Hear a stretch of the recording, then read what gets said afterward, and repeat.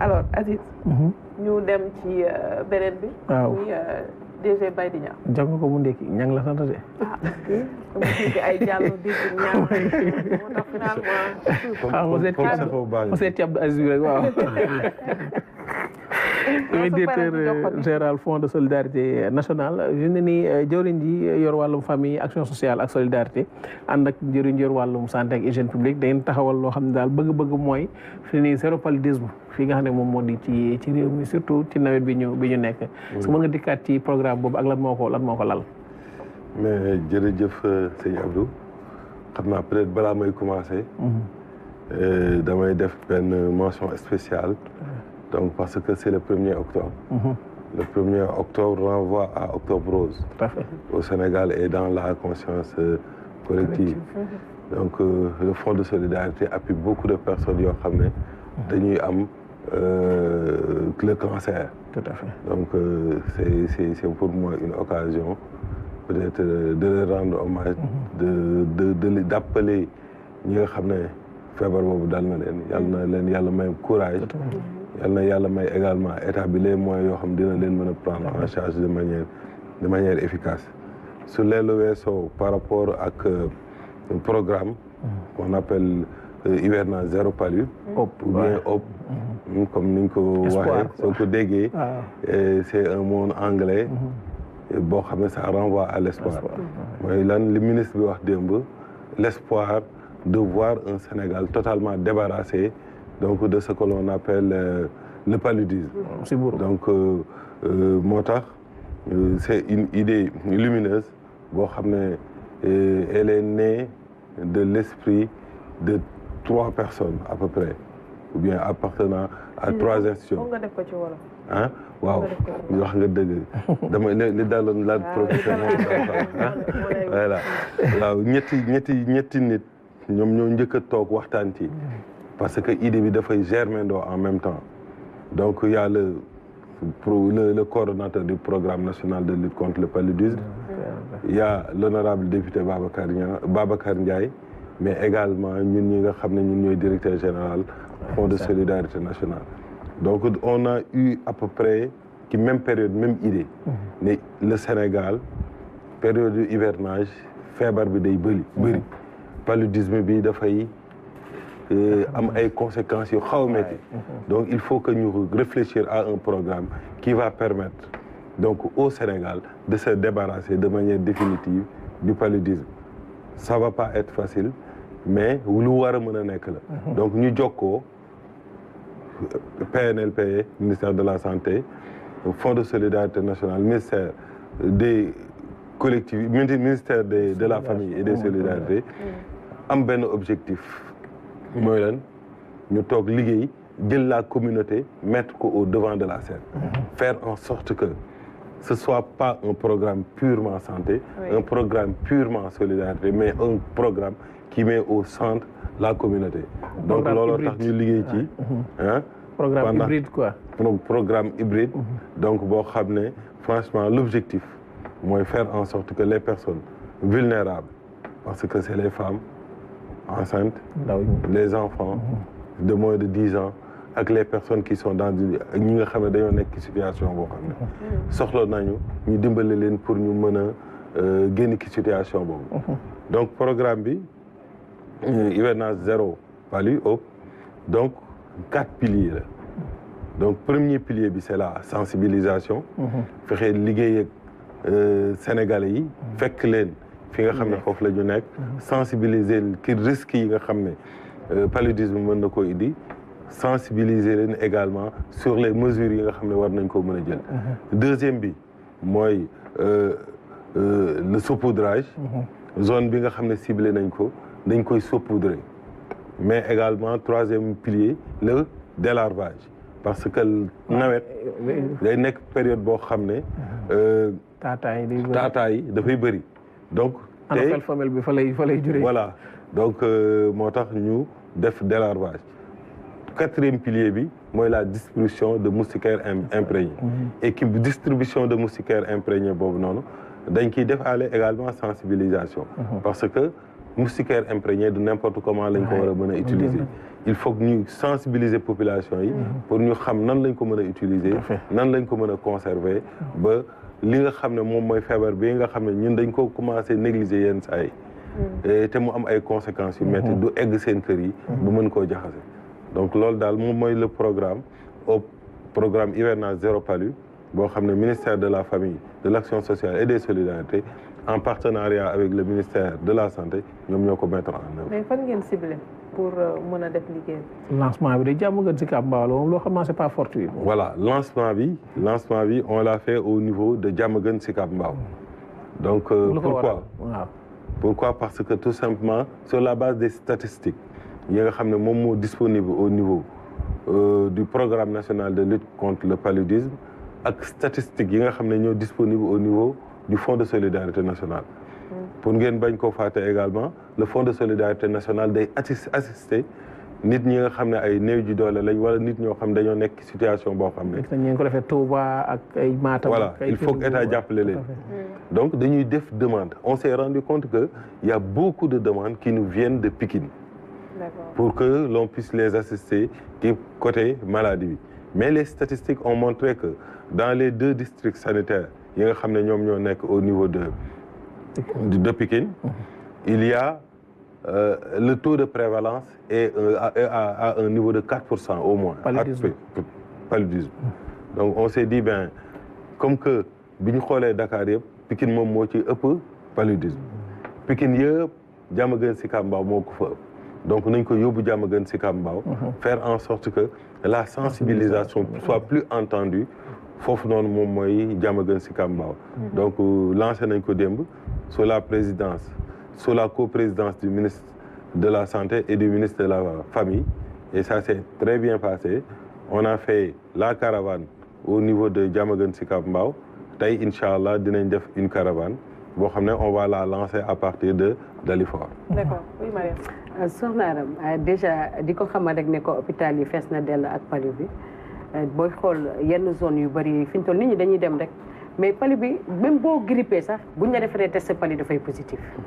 donc jamono bi da ngay gis ni nit ñëpp dañuy dem nii rek mais métti na donc dañuy def saluer déjà programme bi nga xam ne moom ngeen indi. parce que nit ki dañ naan siburu mais siburu dafay rey.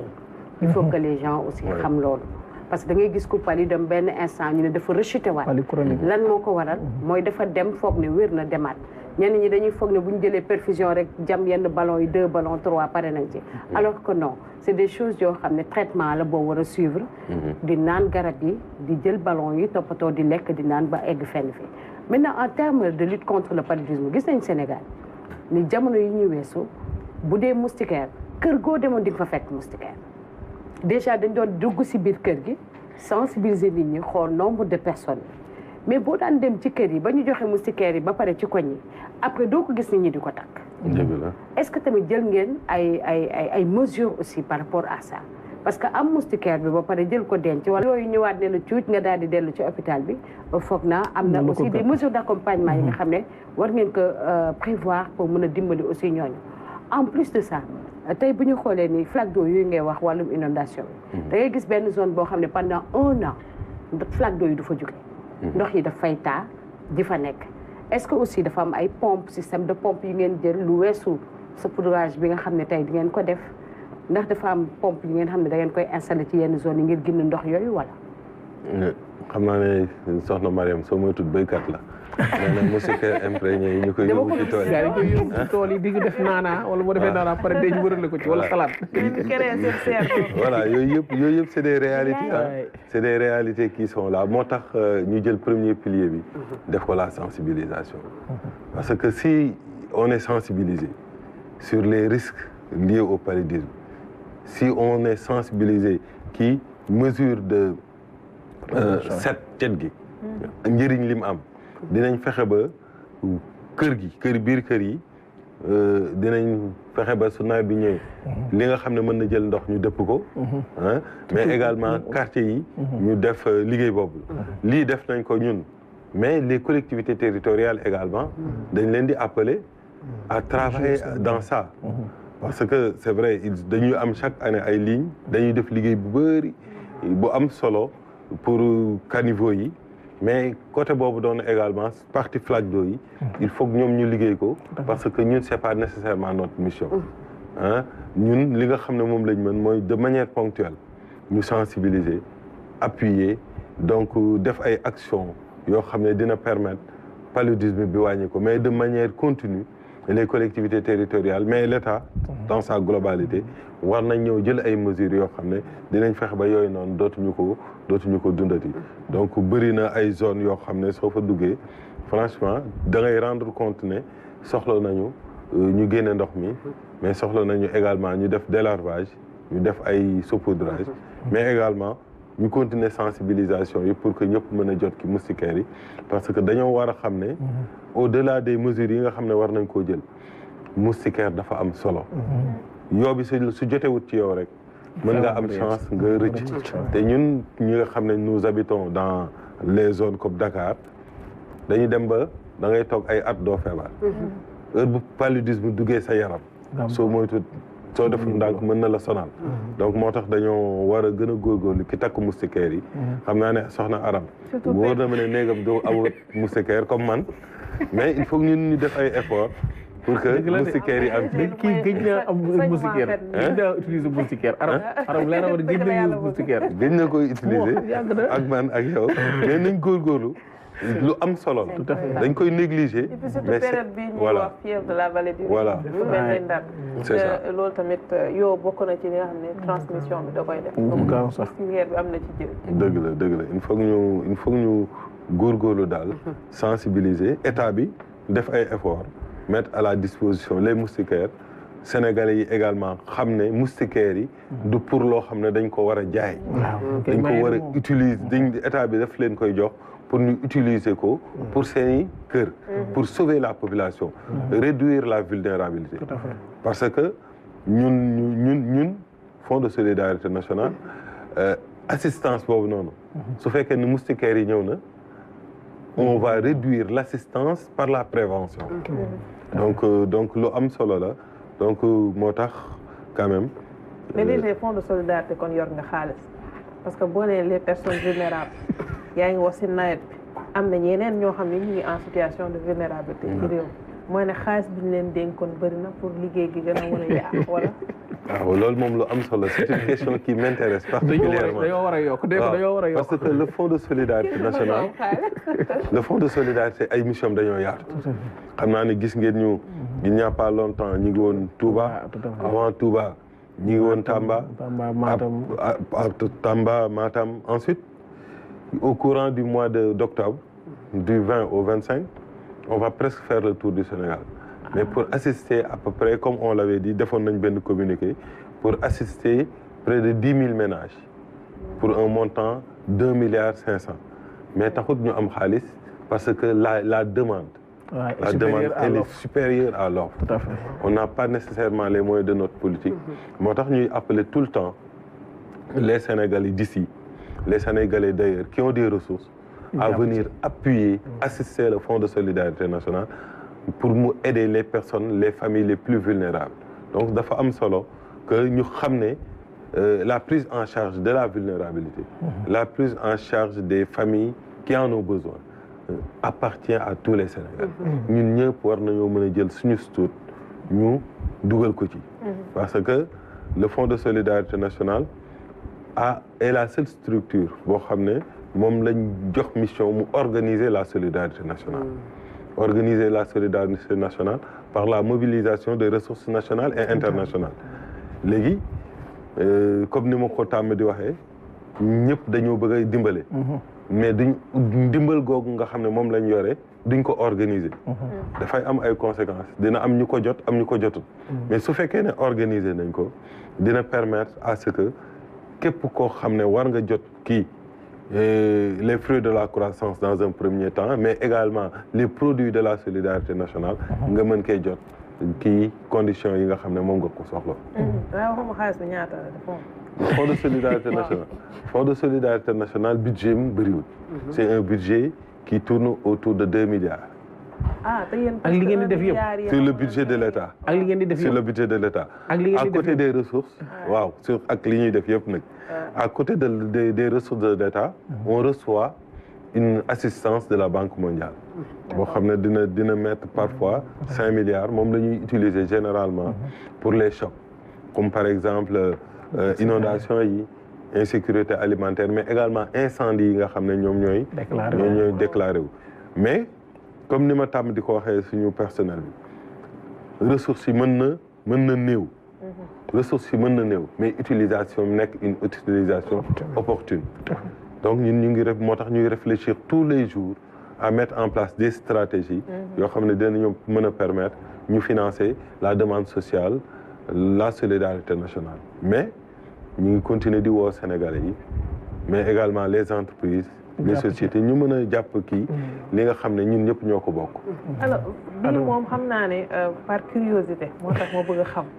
c'est-à-dire bu ñu nee tamit nit dafa nekk ci jafe-jafe ci yan critères ngeen ni basé wu pour mën a sélectionner ñi nga xamante ne ñoo war a bénéficier ci koppar googu ngeen di joxe.